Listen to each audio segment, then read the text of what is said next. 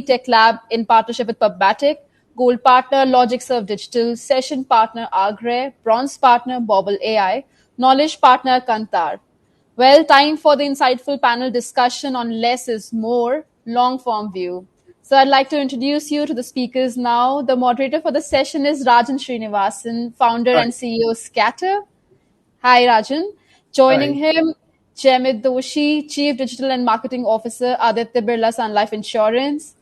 Hi Prashant guys. Pitti, co-founder, EaseMyTrip.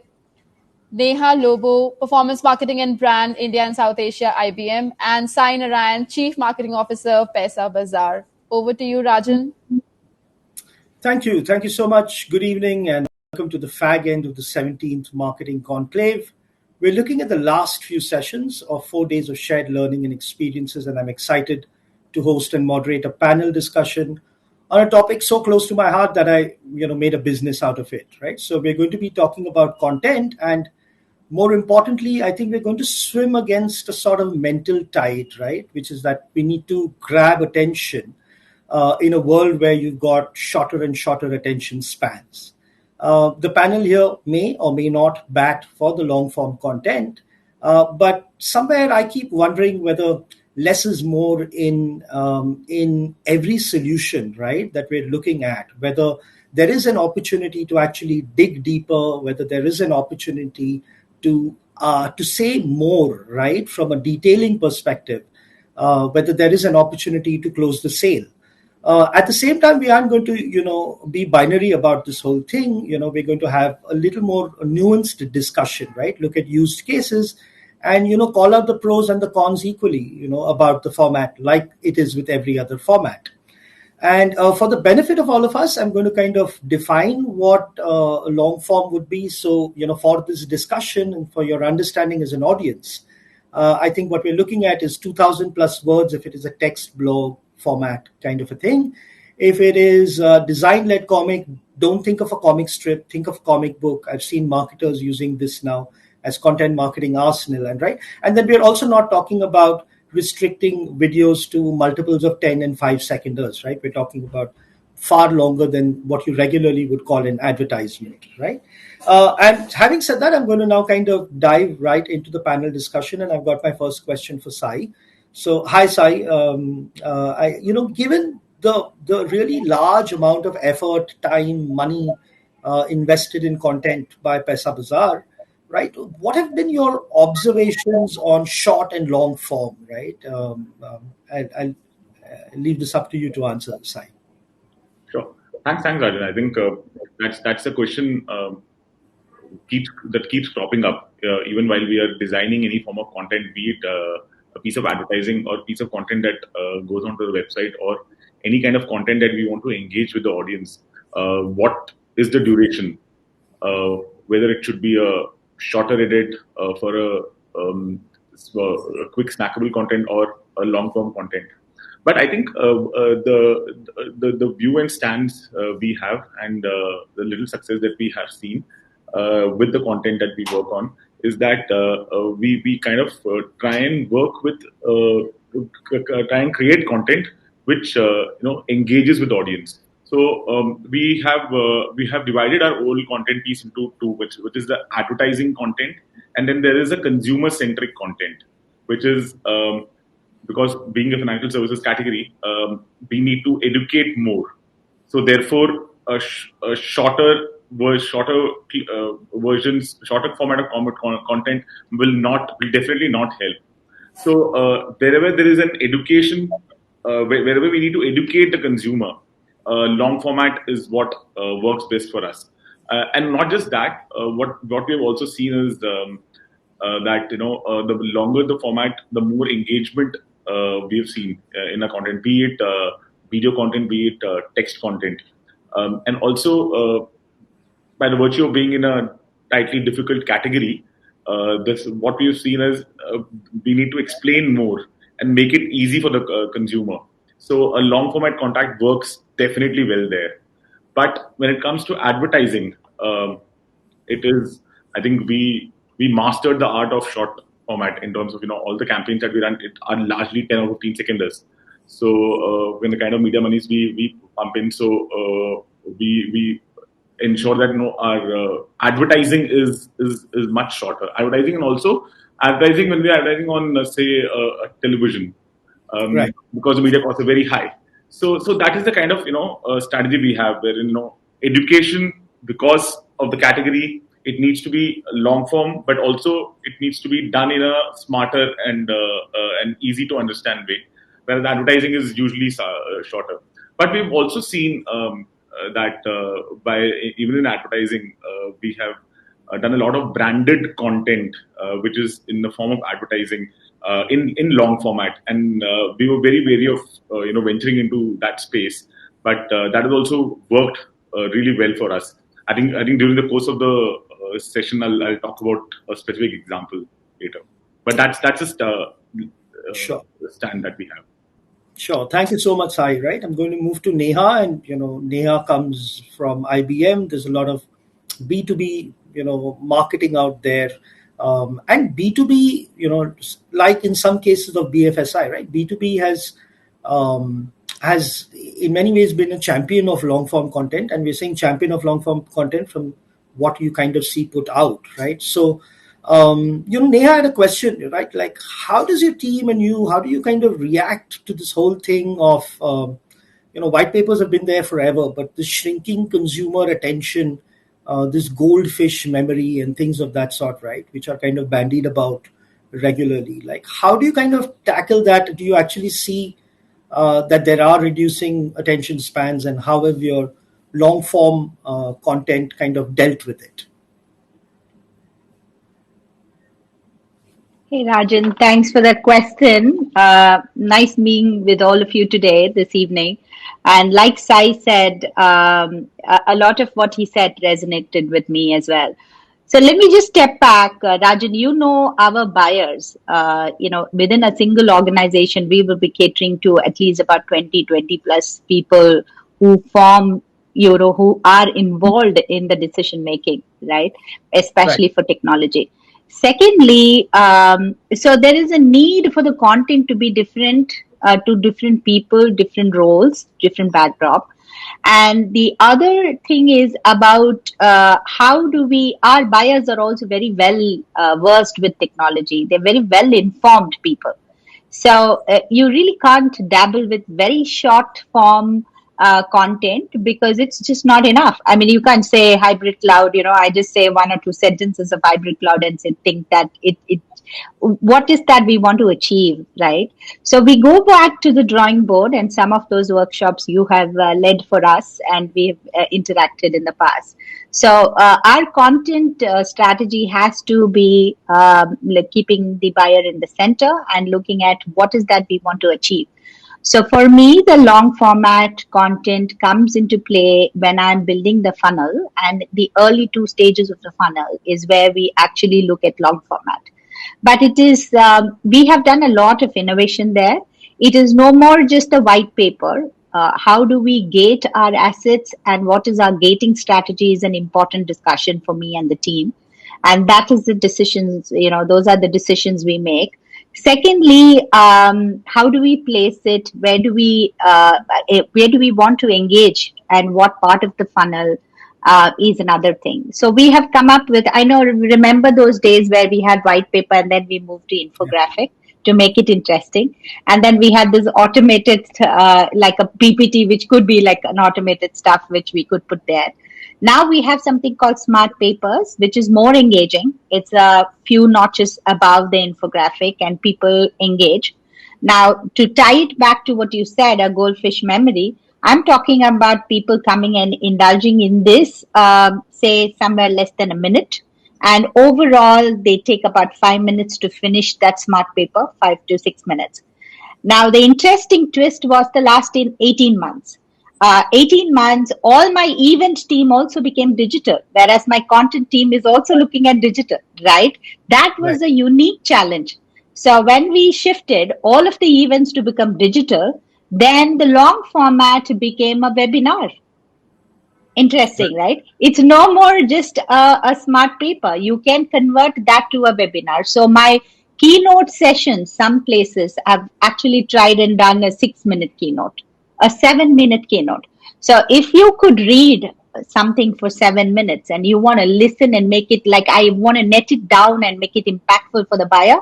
And that is what, so we had really transitioned just not on the landing pages and just not on the display and things like that. And like what Sai mentioned, if I were to look at it from a brand angle, yes, a display would be very short, but where do I want to land them, right?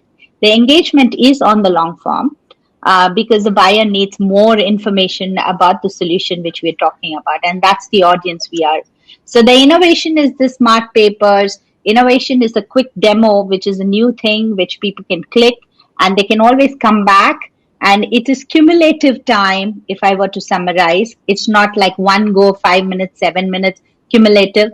And that transition of everything of event going digital, we then push the envelope to call our video content, webinar content, keynotes, all of those engaging demos and everything became long format for us in the last 18 months.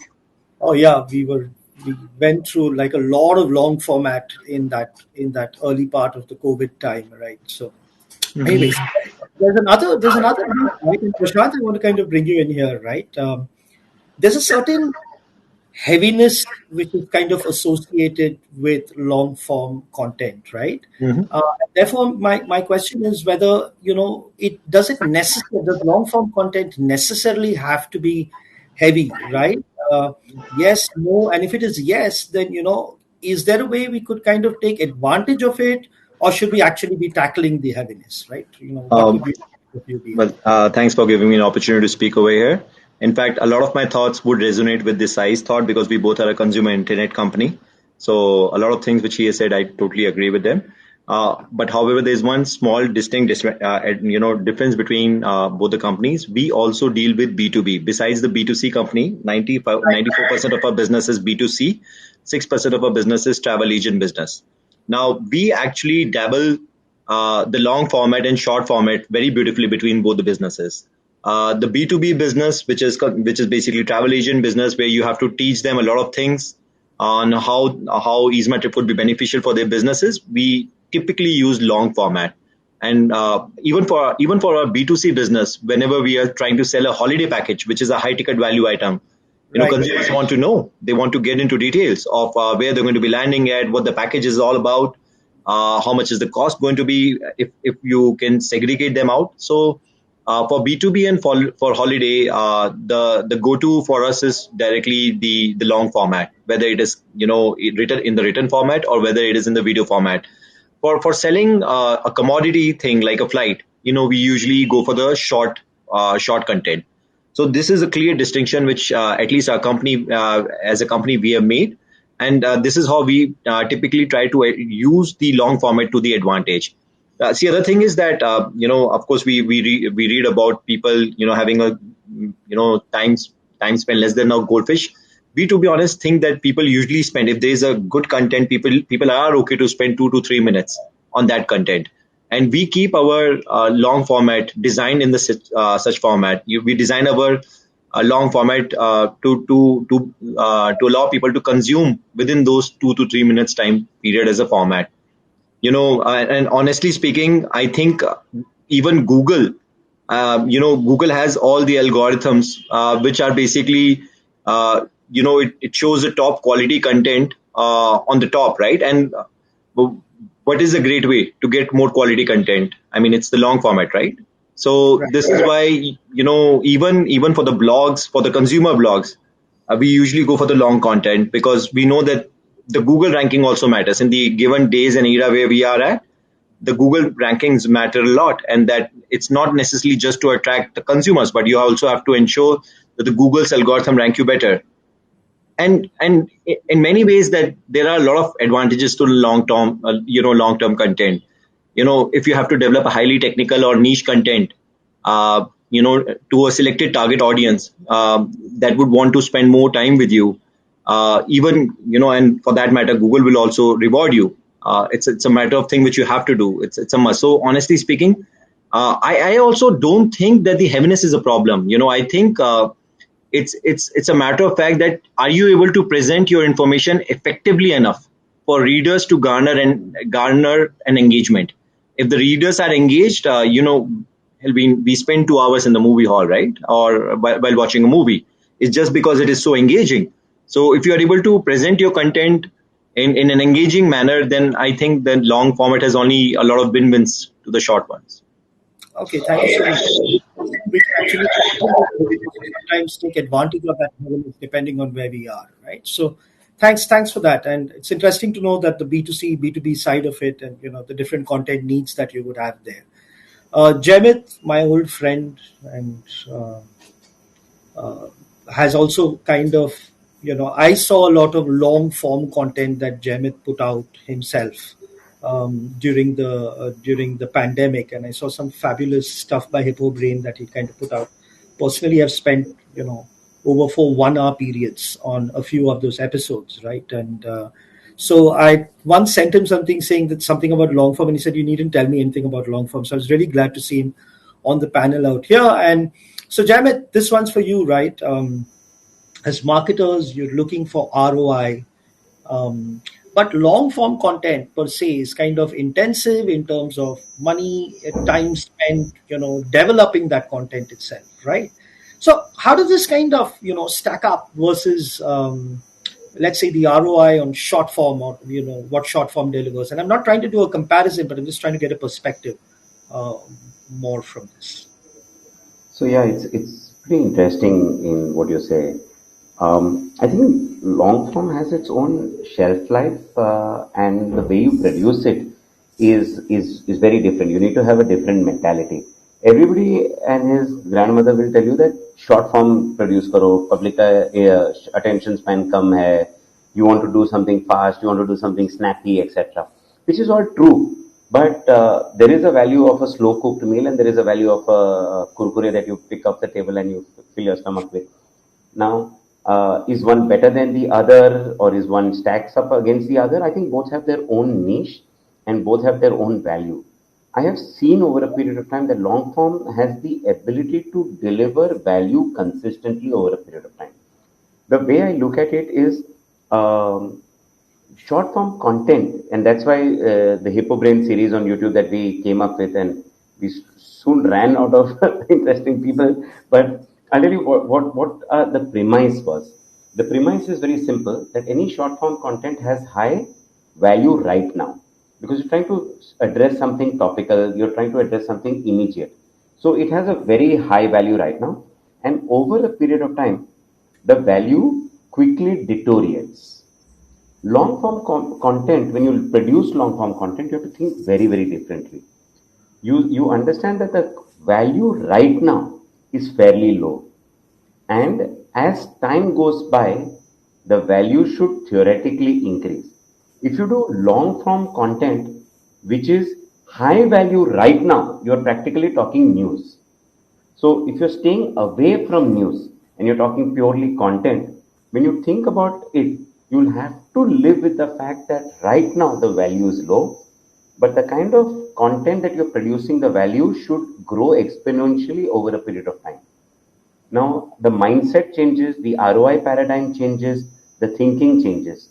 I have seen over a period of time that search typically, and the context in which you try to produce it, and if you keep it nice and long and keep it interesting over that addresses issues that are not topical but are classical, long format content has an ability to keep giving you returns over a very large period of time. Now, that paradigm shift in your brain has to be made. And if that is there, so you say that I'm building for long, I'm building for classical, I'm building so that there is an enough and more amount of discoverability that will come in by one long tail of discoverability. Then long format content ideally can work for you, and it gives you the ROI. You have to measure it differently. The y axis, the x axis, in many ways is a very different type of measurement. Okay, thank you so much. So, I now have a question for both Neha and Prashant, right? And I'd like Neha to go for it first. So today there's so much of this whole, I mean, not today, well, it's been for such a long time, but sorry for some of these cliches, right? But we're in this whole mobile world that we're talking about. And we're also now in this session talking about long form content. Mobile is by virtue of the size of the device, etc., etc. Is there, can these even go hand in hand? Have you got any experiences, or is the device in conflict with long format? Right? What is it like? Neha. Okay. Sorry, I I get that? think